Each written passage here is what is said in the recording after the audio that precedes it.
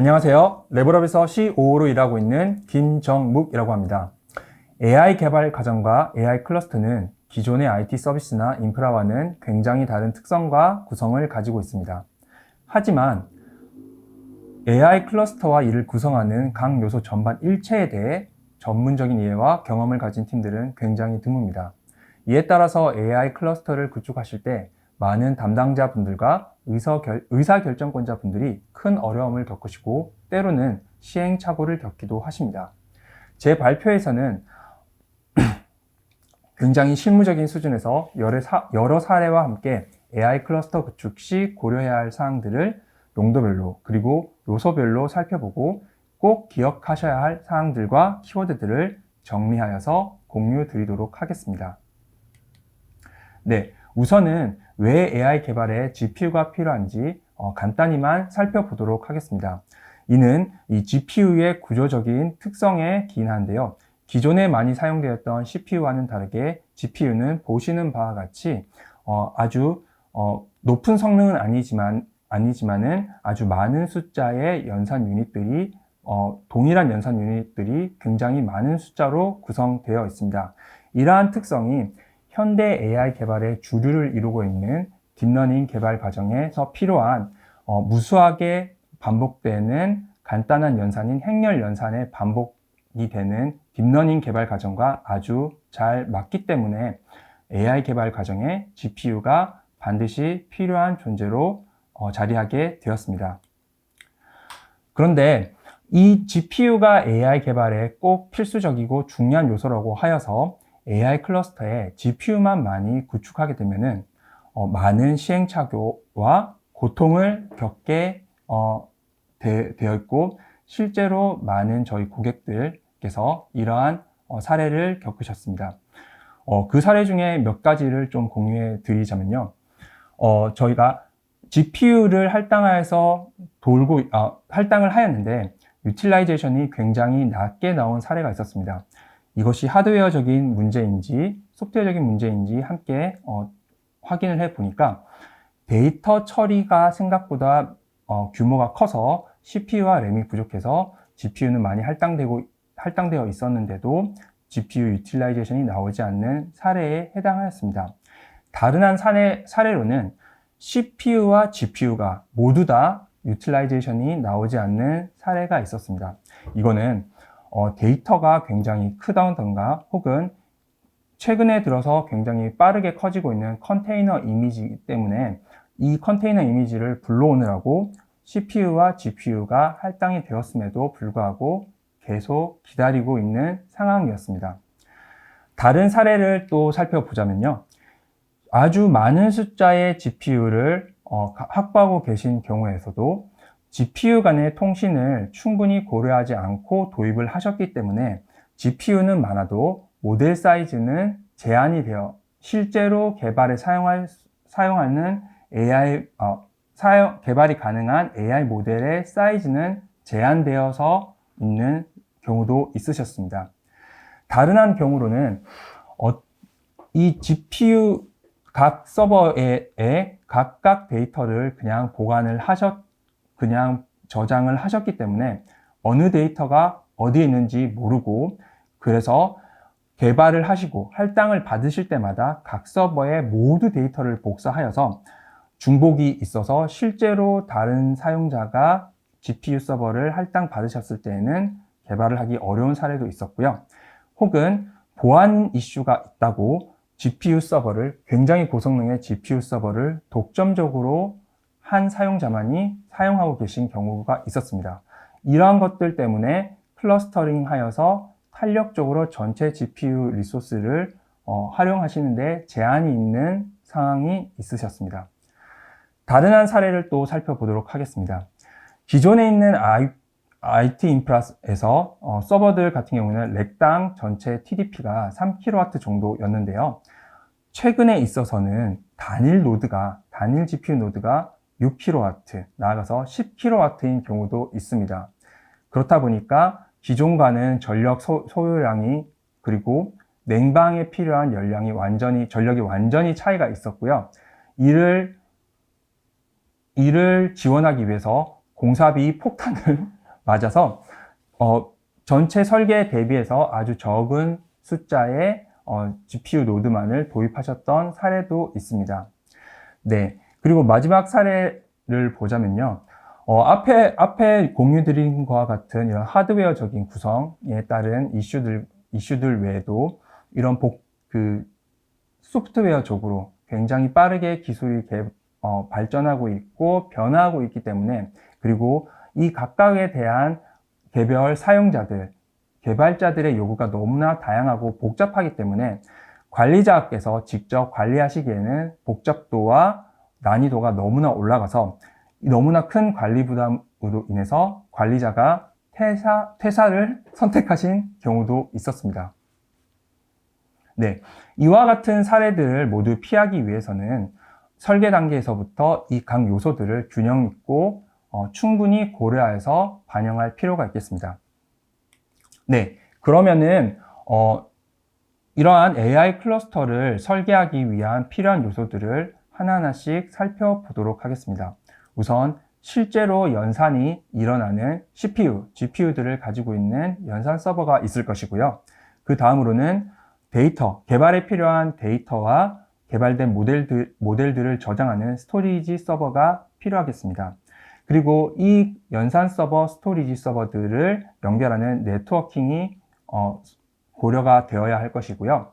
이 연산 서버, 스토리지, 네트워킹들을 운용하기 위해 필요한 전력, 그리고 물리적으로 이들을 효율적으로 배치하기 위한 평면 설계가 같이 고려되어야 하겠습니다.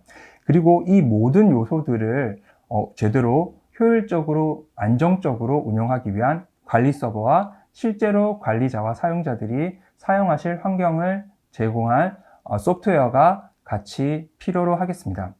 이 요소들을 모두 다 고려할 때는 너무나 복잡도가 높아지겠는데요. 이들을 모두 만족하기 위한 것은 쉽지 않을 것이고요. 그래서 무엇보다도 조직에서 이 AI 클러스터를 어떠한 용도로 구축하여서 사용하실 건지를 설계 단계에서부터 가장 먼저 고려하셔야 되겠습니다. 그러면 이러한 AI 클러스터의 용도에는 어떤 것들이 있는지 살펴보도록 하겠습니다. 우선은 어떤 AI 모델이 가장 최적인지를 찾아가는 하이퍼 파라미터 서치 과정이 있을 것이고요. 용도가 있을 것이고요. 그 다음에는 이렇게 찾아낸 최적의 모델을 나눠가지고 큰 연산 자원에 나눠가지고 빠르게 모델을 훈련하는 분산 훈련 용도가 있겠습니다. 그리고 AI 모델을 개발하기 위해서 개발하는 사람은 없겠죠. 그런 조직은 없겠죠.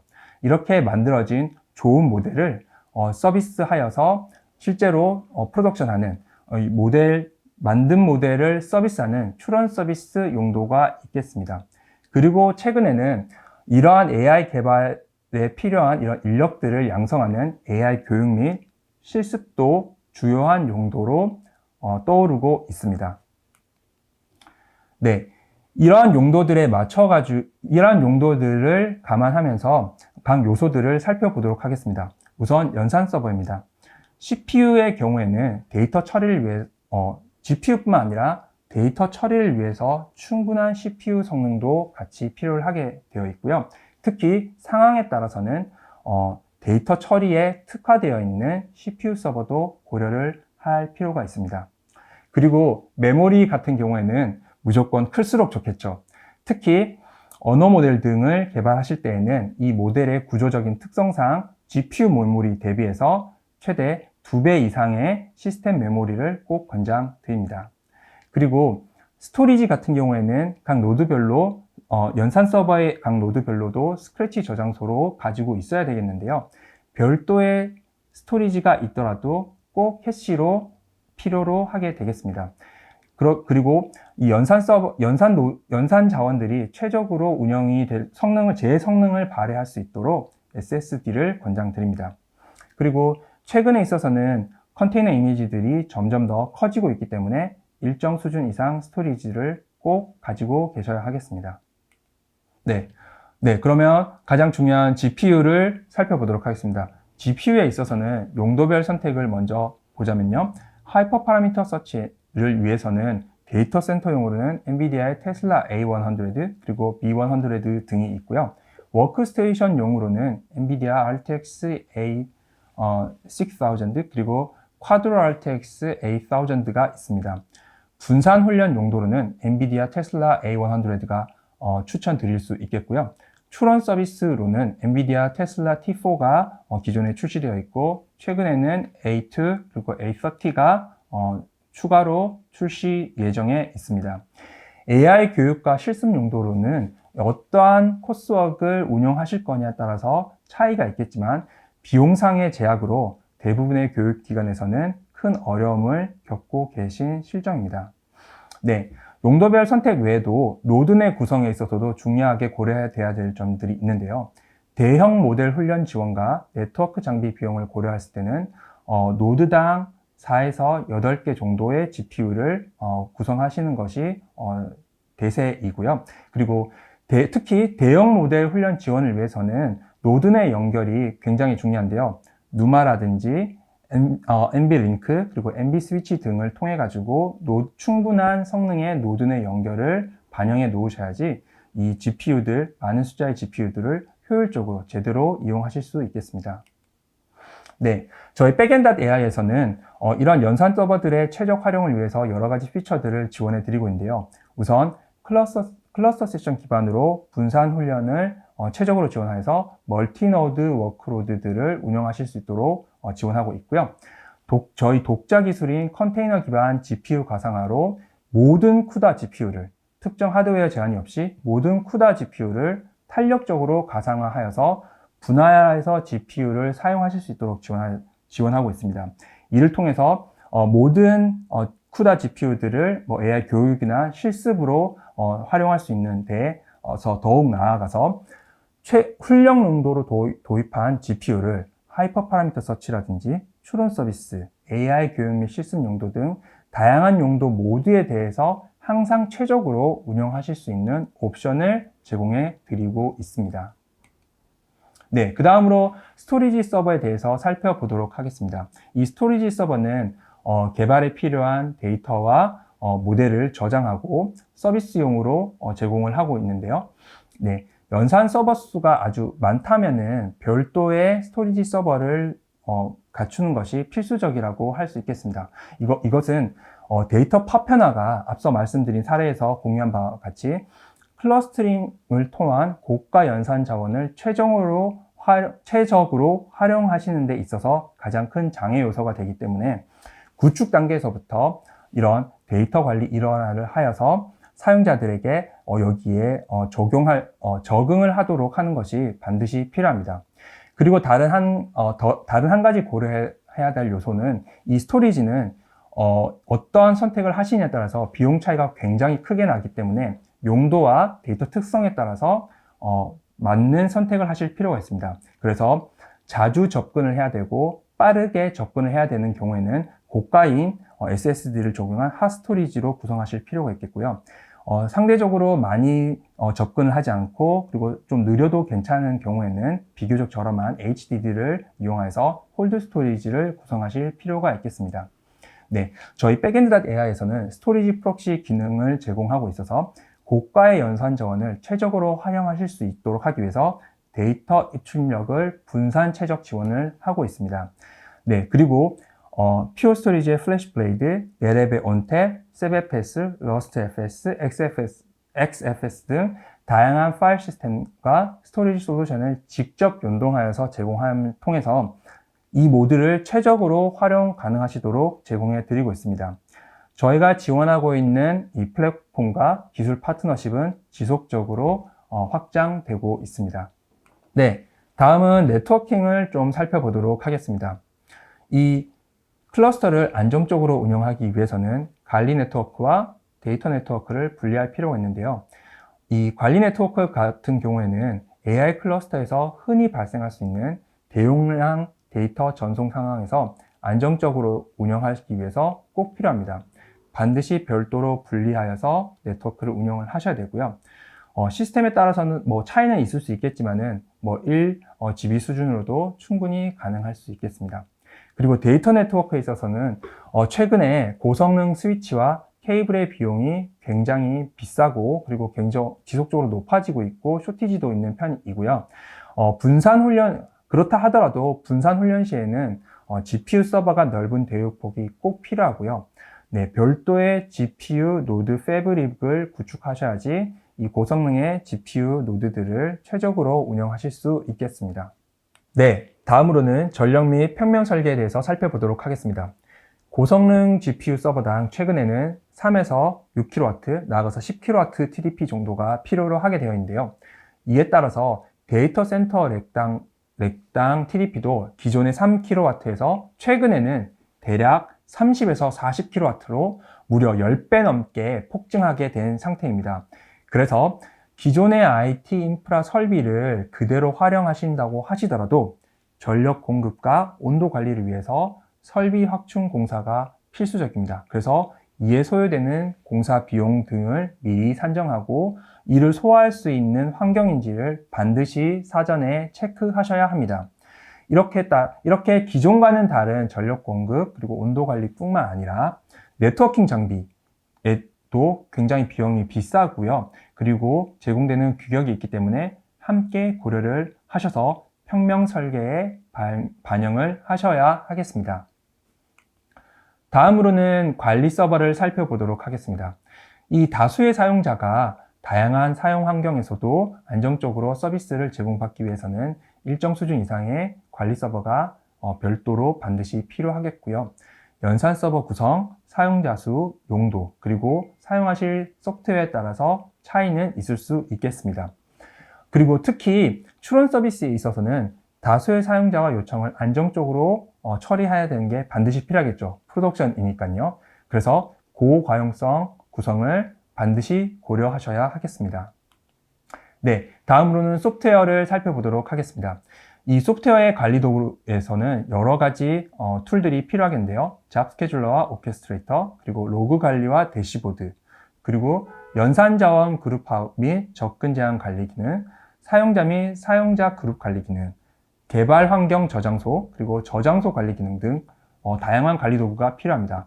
그리고 하드웨어 드라이버와 OS 등도 추가로 관리를 해야 되고요. 특히 쿠다 같은 경우에는 버전 관리에 매우 주의를 하셔야 하겠습니다.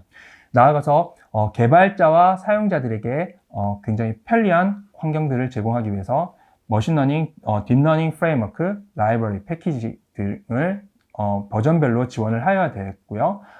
이런 개발 과정에 있어서 엑스페리먼트 관리도 역시 필요로 하겠습니다. 그리고 최근에 있어서는 추론 서비스를 안정적으로 구성하고 지원하기 위한 기능도 필요하겠습니다. 지금 이 기술이 점점 더 고도화하고 발전화됨에 따라서 더 많은 기술들이 새로 나오고 추가적으로 필요로 하고 있는 상황입니다. 네, 이렇게 빠르게 변하고 있는 기술 그리고 복잡한 여러 가지 기능들을 개별 사용자 혹은 관리자가 지원하고 관리하는 것은 사실상 불가능에 가깝겠습니다.